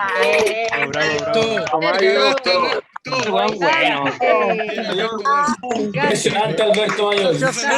Hay que hacer otro conversatorio leyendo el libro completo. Muy bien. Oye, bueno, con Julio pensamos, nos pareció esto imprudente, ¿eh? Estuvimos a punto con Julio de censurarlo, pero al final decidimos que no. Claro, los derechos editoriales son tuyos. Eso es lo bueno, eso es lo bueno. Justamente. Tú sabes, no, esto para hacernos ricos. Salgan Oye, de mi libro. eso. Oye, gracias, Alberto. Yo creo que vamos a hacer un potlatch, parece, ¿ah? Parece que ahora cuando en la noche mandemos un correo electrónico a todos los que ya compraron su libro, que lo van a recibir en los próximos días, capaz que hagamos un desliz de esos que angustian a las editoriales y mandemos algún PDF con este textito, porque yo creo que hay que terminar de leerlo. Esa es mi sensación. No sé, capaz que reciba una llamada y no pueda, pero en fin. Gracias, Alberto, de verdad. Muchas Gracias. gracias. Gracias.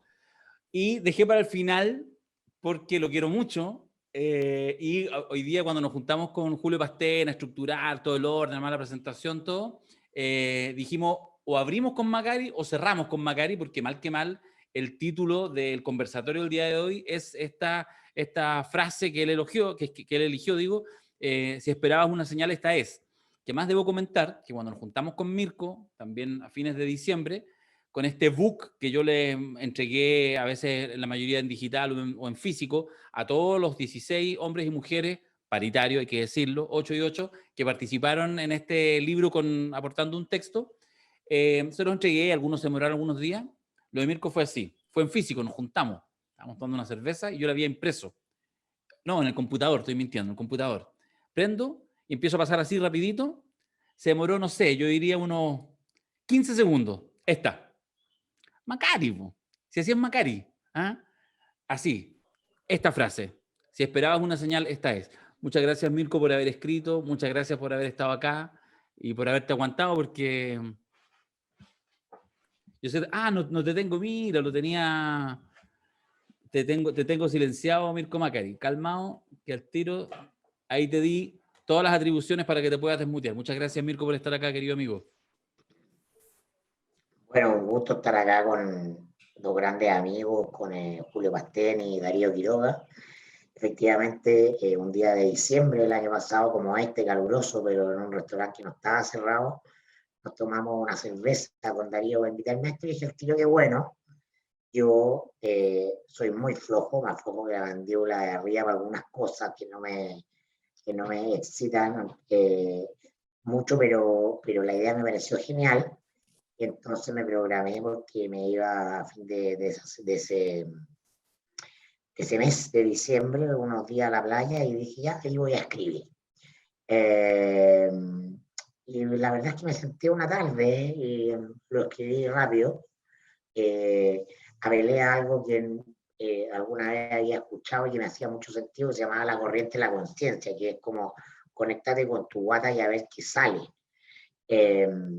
Y entonces ya yo había elegido este rayado, ¿no? Esta frase, si esperaba una señal, esta es sin duda que me pareció estremecedora, porque era lo que yo había sentido esa noche del 18 de octubre, ¿no? Ese rayo y misericordia que había caído. Y después de la suma teológica de San Alberto de Aquino, que nos ha leído recientemente de manera brillante, quiero de alguna manera inconsciente, para que ustedes se den cuenta, conectar también con esta suerte de epifanía que nos regaló el estallido a todos.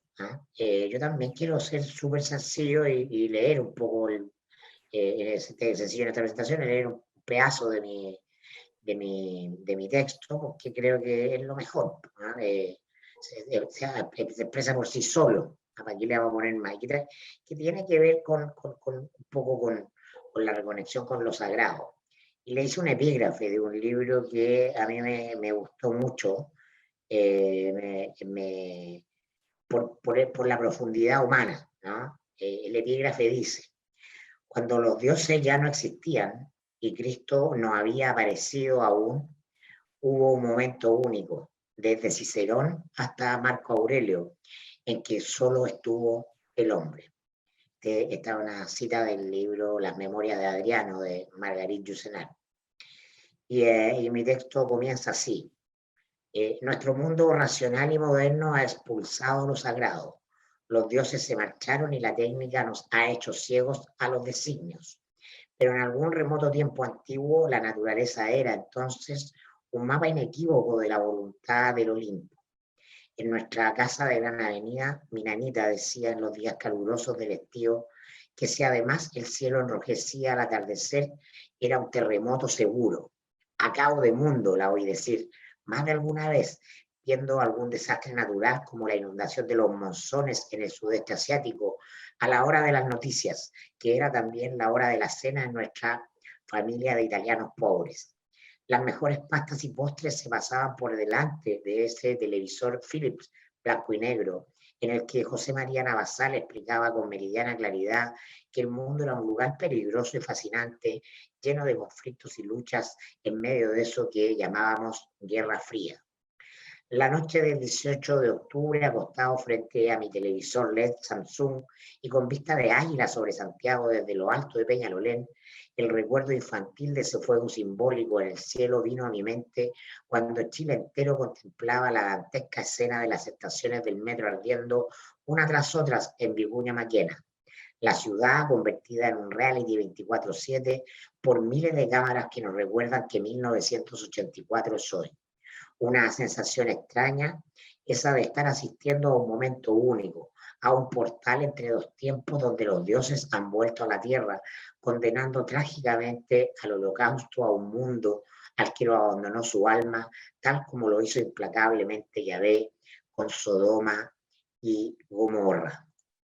Así comienza mi texto y remite un poco a ciertas obsesiones intelectuales mías, como esta de los tres grandes filósofos que dan origen, que hacen parir al siglo XX, que saben ustedes son Marx, Freud y Nietzsche, ¿no?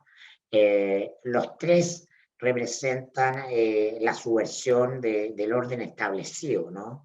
De un orden claro, y el siglo XX es un siglo convulso porque están estos tres monstruos que nos invitan a entrar a mundos nuevos, el del conflicto social, ¿no? El de la pregunta sobre la existencia de Dios, que hasta hace minuto era una pregunta imposible, y me quedo con Freud, que quizás está muy circunscrito a la academia, pero que tiene mucha incidencia, él y luego su discípulo, que después va a ser su contracara o su complemento, ¿no? Que es Jung.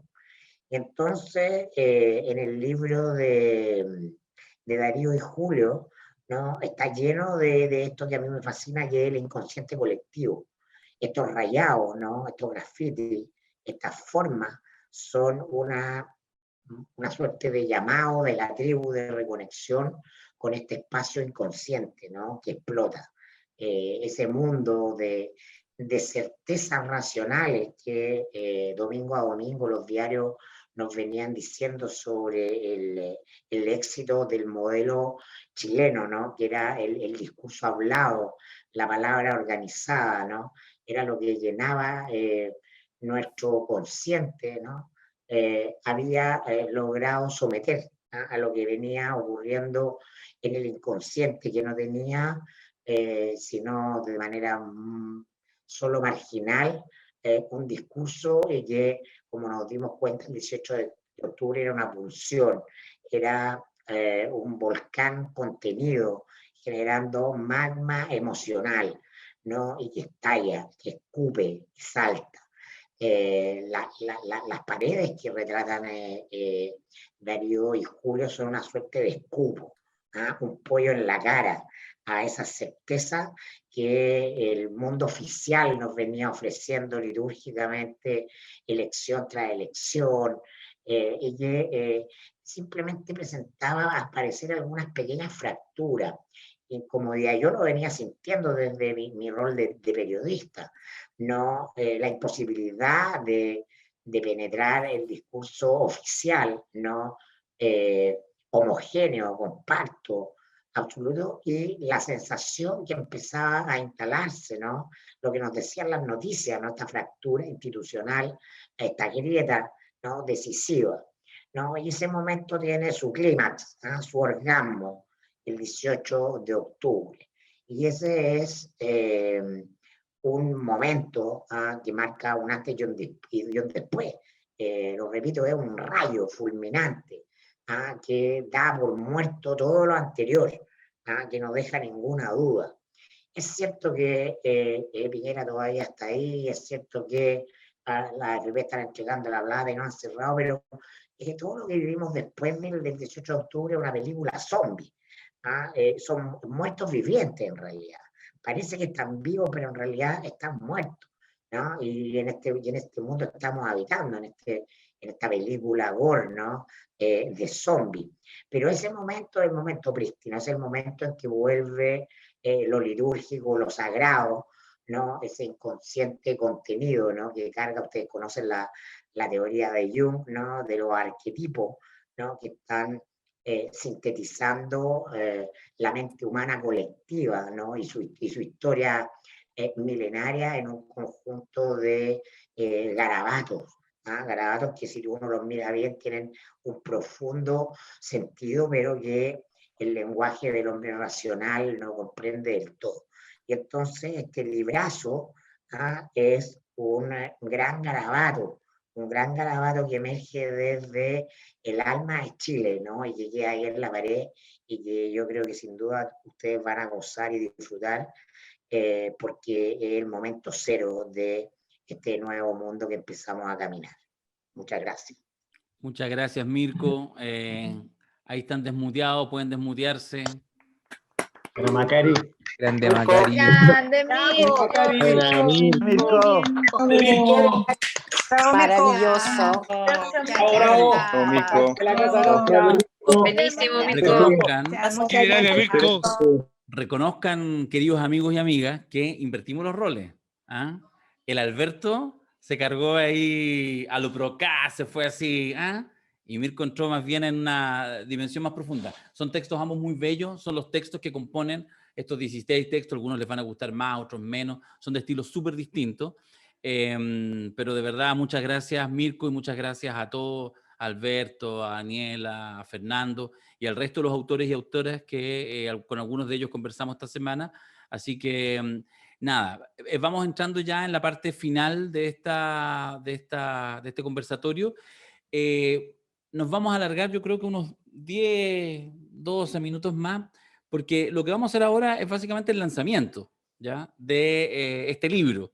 Porque nosotros, ustedes saben, con algunos se los he contado, que con el Julio dijimos, ya, ¿sabéis qué? Hace como 3 semanas, ya, bueno, entramos en diciembre, ya estamos casi todos en fase 4 en la metropolitana, vamos a hacer entonces un lanzamiento, busquémonos de hecho íbamos a hacerlo en la comuna de Santiago, pero ya había bajado de 4 a 3, ya nos vamos a Peñalolén. Y nos conseguimos un local, un colegio, porque además nos parecía interesante hacerlo en un colegio, mal que mal todo parte de unos chascones que saltan el torniquete, unos cabros espinilludos de 15 y 16 años que saltan torniquete una semana y se genera el estallido social. Y nosotros, ustedes saben que hemos sido bastante... hemos querido, digamos, dignificar ese origen, esas pulsiones, porque a veces esos actores secundarios son olvidados. Teníamos listos para hacer este sábado un lanzamiento presencial y adivinen, fase 2. Así que nada, nos guardamos el presencial, lo vamos a hacer. ¿Cuándo? No sé, yo calculo que unos 3, 4 años más, pero no, va a ser cuando estemos en condiciones por lo menos juntar 50 cristianos en algún lado para poder armar algo. Así que decidimos este tercer y último conversatorio hacer ya el lanzamiento. Hoy día llegó desde la imprenta y desde ya empieza la distribución y se va a librerías y todo. Y por eso le he pedido no sé si está por ahí porque estaba atento a lo que hablaban nuestros invitados, ahí lo estoy viendo, a Gonzalo Badal, que es el director de 8 libros, para que nos pueda dar unas palabras y después yo voy a hacer unas palabras cortitas, lo juro, y cerramos esto con una pequeña sorpresa que les tengo. Y si se quedan hasta el final, voy a liberar el texto de Mayol para que lo terminen de leer. Solo les digo eso nomás, para que lo viralicen. Estimado Gonzalo Badal, si estás por ahí, estás en condiciones de desmutearte. Sería muy fácil. Bien, buena.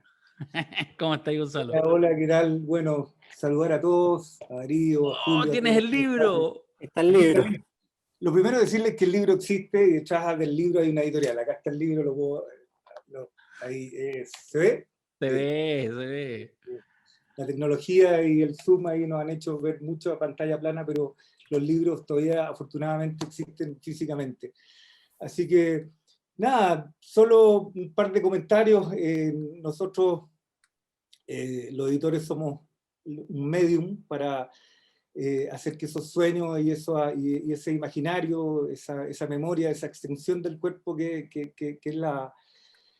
son las ideas creativas de los autores se vuelvan realidad. Y yo creo que es importante eso mencionarlo, porque esta colección, en 8 libros, quiero saludar también a todos los que participaron de 8 libros en la creación de este libro. Hemos creado muchísimas colecciones y esta es una de las que más atesoramos. ¿Ya? Esta colección se llama Referencias Visuales, y les debo contar que esta es una colección, aquí les puedo mencionar algunos, por ejemplo, Tinta, Papel, Ingenio, panfletos políticos en Chile, del 73 al 90, Pintura callejera chilena, de Patricio Rodríguez, El golpe estético y cultural, Espacio Recuerdo, El afiche político, en fin, son más de 15 títulos que comprenden esta colección y que están no solamente están en las bibliotecas de varias universidades en Europa, en Estados Unidos y todo, sino que también nos hemos preocupado de que estén, por ejemplo, en la biblioteca de la cárcel de Alto Hospicio, que estén, por ejemplo, en Bajos de Mena, que se está armando una colección y una biblioteca ahí, y que estén donde está también la cultura y donde está el pueblo. Eso que nos parece súper importante. Cuando Darío llegó con este proyecto, con Julio, esta especie de codificación narrativa del estallido, nos pareció súper interesante tomarla. Tuvimos ahí un diálogo muy fértil, porque al principio el proyecto era muy distinto, eso Darío lo puede contar, son 4 o 5 capítulos que se fueron transformando, y ese es el gusto, ese es el sabor, esa es la pasión por los libros que tenemos, y en ese sentido participamos. Hicimos varios acuerdos, entre ellos hay uno que le tomo la palabra aquí a Darío, iba a entregarnos los textos 6 meses antes, pero llegó 6 meses después con esos sabrosos textos. Yo me quedo con uno que me encantó, el primero que leí, que era Mucha bala, poco libro, de Felipe de Río, ese texto genial, breve, conciso, porque creemos que realmente la verdadera revolución es la revolución cultural. O sea, ha sido la falta de cultura la que ha permitido tanto abuso, la falta de cultura la que ha permitido que penetre el miedo así por todas las mientes y por toda la conciencia, la que ha permitido sin duda la explotación y tantas cosas. Y es la revolución cultural la que viene, la que requerimos para pensar el mundo de otra manera. ¿Ya? La verdad es que tenemos un planeta que ya está pero totalmente así pauperizado, ¿ya? Y tenemos que pensar en el planeta y como ecosistema. Hay tantos desafíos enormes que tienen que ver con lo local, con el territorio, con asumir esto, y sin duda los libros son fundamentales. Otro de los primeros textos que leí cuando llegó Darío es el de Carla Fardela, ese se llama Mata al Paco en tu cabeza, ¿no?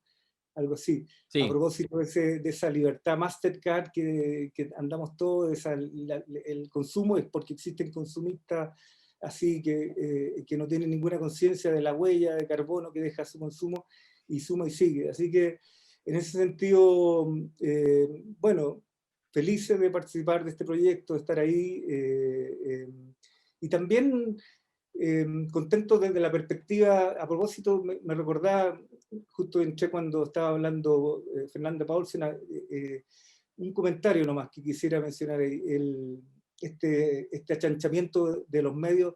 Yo creo que ahí una de las realidades que está apareciendo es justamente que somos los mismos que estamos en la cultura tratando de revertir esa tendencia de armar proyectos y el desconcierto, porque 8 libros dentro de una editorial, imagínense que dentro de una pyme editorial con el ecosistema, pero en el suelo que tiene el libro, ahí armamos el desconcierto, un diario que hoy en día está entre los 7, 8, 9 más leídos en Chile, haciendo proyectos con varios de los autores acá. Aprovecho de saludar a Mirko, con el cual estamos levantando un proyecto súper entretenido que se llama Malditas Expectativas, ahí en el análisis político, semana a semana, y tanto, o sea, un pequeño grupo de comunicadores, de editores, Alberto también, con el cual hemos hecho cosas, levantando un proyecto que hoy día tiene 7 o 8 millones de lectores y construyendo narrativas para que otras voces, ya otros autores, otra gente que está realmente pensando ese nuevo Chile post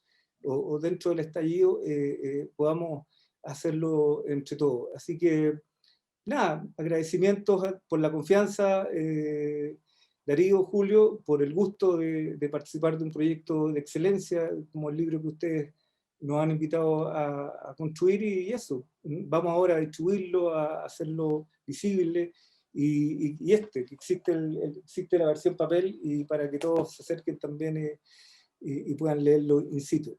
El PDF por texto se puede hacer, así, algunos textos se pueden compartir. Ahí vamos a Pero compartir bien, alguna cosita. bien, Darío, gracias. Gracias. Muchas gracias, Gonzalo. Vamos a pedirle igual un aplauso porque además sabéis que se han portado bien. Espérate, déjame, ya lo voy a contar. Espérate, ahí están, todos desmuteados los que quieran. Se han portado demasiado bien, Darío. Gracias, Gonzalo. Aguante, Gonzalo, el libro es lo más grande. Por el Qué buena iniciativa. Gracias. Palo santo, con incienso y todo para que estuviera el libro, y efectivamente el libro estuvo. Hice un pequeño punteo para un par de cosas que quiero decir, nada más, para no alargarme y porque ya para ir pudiendo cerrar esta jornada. Pero si se quedan ahí, les voy a compartir el texto. Si se van, no les comparto nada. Hasta los que se quedan al final, a eso nomás les comparto el texto ahora en la noche, así para los fanáticos. Una cosa así, para que lo viralicemos al tiro.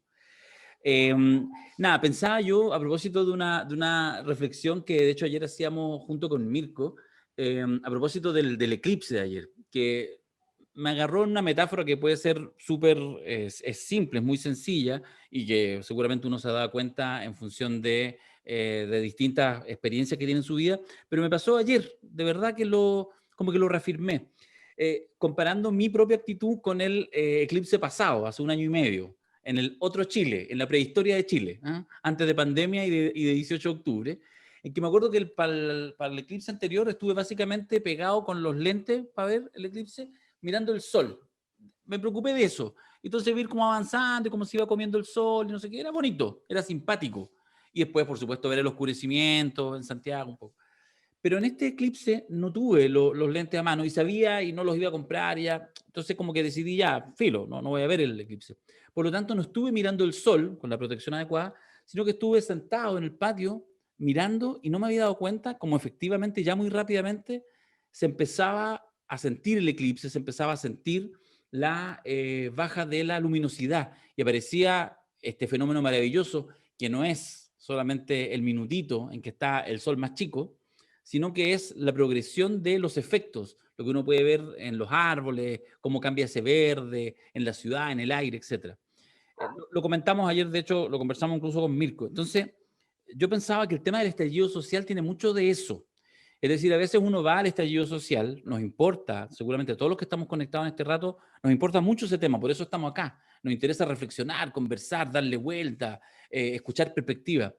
Y en general me parece que, por supuesto que a veces uno trata de ir a la fuente, pero estos rayados tienen un poco que ver con eso, tienen un poco que ver no con el eclipse en sí, sino con los efectos, con lo que ese cambio de tonalidad que uno puede ver en la copa de un árbol. Y de alguna manera, el ejercicio que con Julio hicimos de registro y después de interpretación de ese registro y después de invitación a un grupo de amigos, es decir, de otras miradas, a que cada uno ponga lo suyo a partir de ese registro, nos parece que es un aporte en ese sentido, que es un aporte que nos busca la raíz fundamental. No vinimos a hacer teoría dura, pero sí vinimos a entregar perspectiva, que yo creo que ustedes la van a ir viendo en Alienígena, el estallido social, los muros, de estos efectos.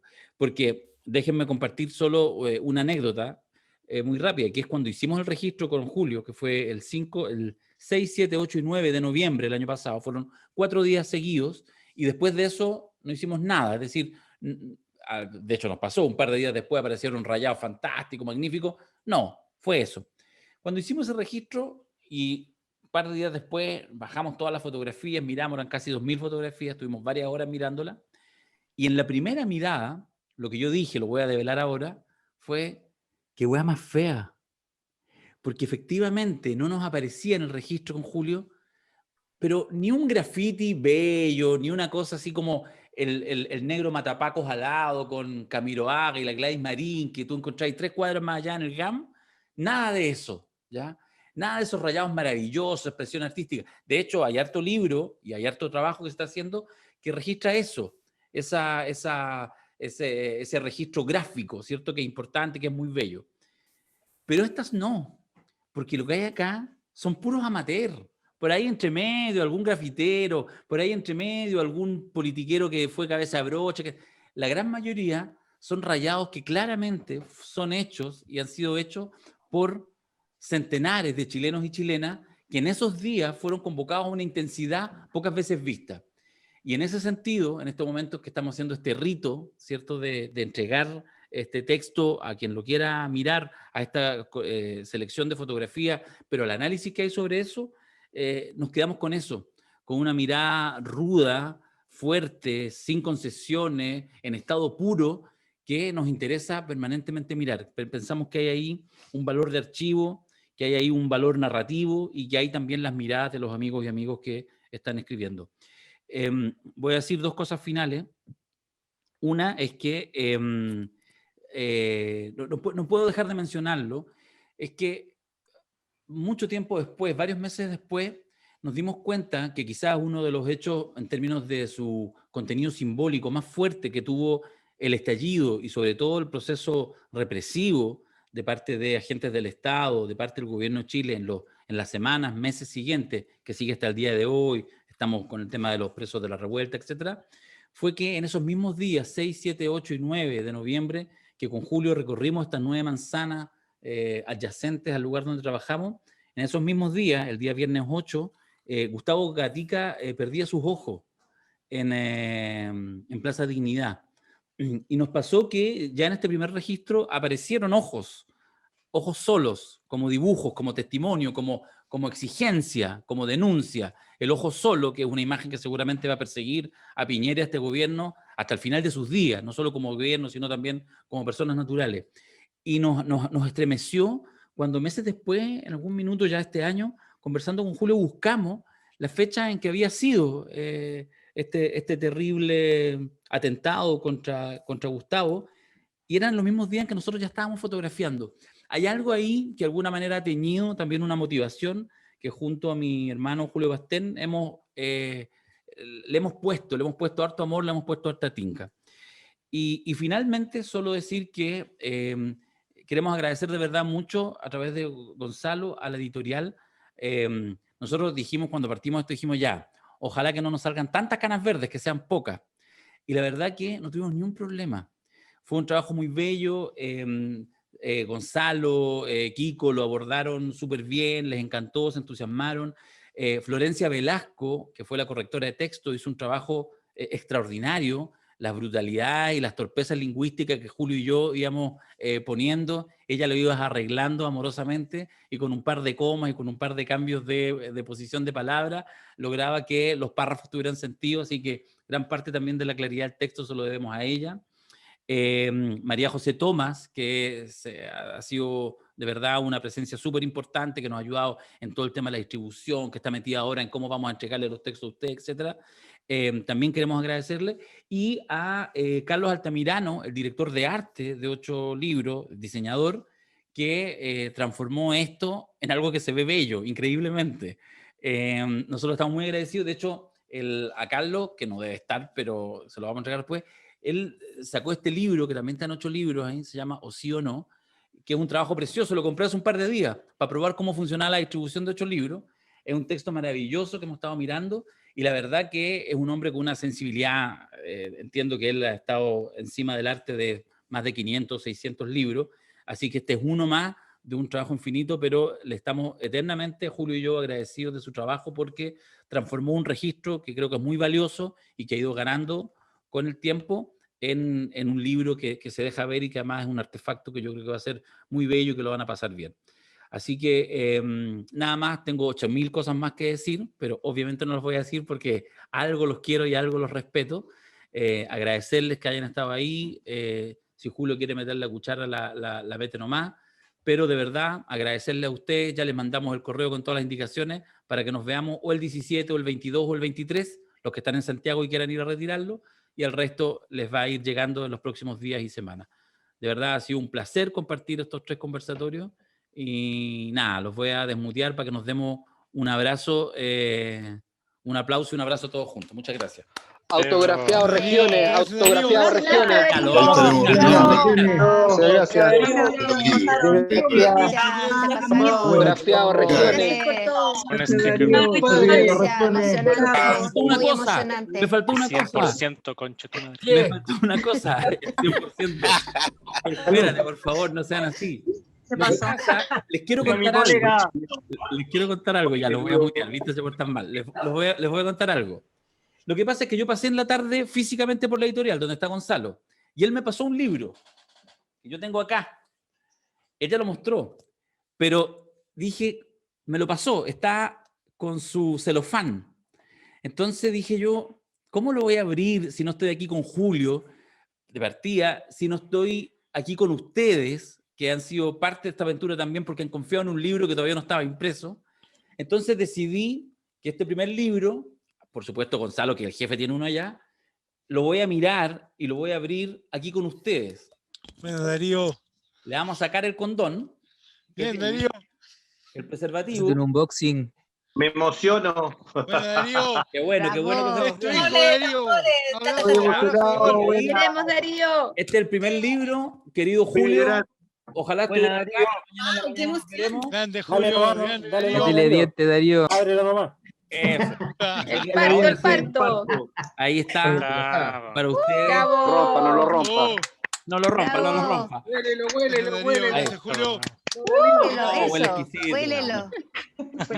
Huele exquisito. Sí. Es tu hijo, Darío. Se puso Ahora medio sí. porno. Estoy Ahora esperando sí. el mío.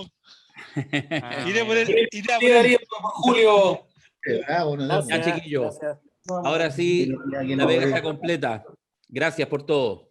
No, gracias a ti. Gracias a ustedes, a gracias todos. a ti, Gracias. Felicidades. Compartir el texto. Felicidades. Lo voy a compartir hoy día. Regalo, Tienen regalo. permiso para viralizarlo. Hagan lo que quieran. Hagan lo que quieran con el libro. Felicidades. Ya, chiquillos, un abrazo. Gracias, Muchas gracias. gracias. Chao. Darío, chao, chao. Gracias. Chao, chao. Se manda yo lo pedí para San Pedro de Atacama. Llegará. A todas partes Llega, llegará. llega. Por lo tanto, Darío. Lo pedí para San Pedro. Valdivia. San Pedro por acá.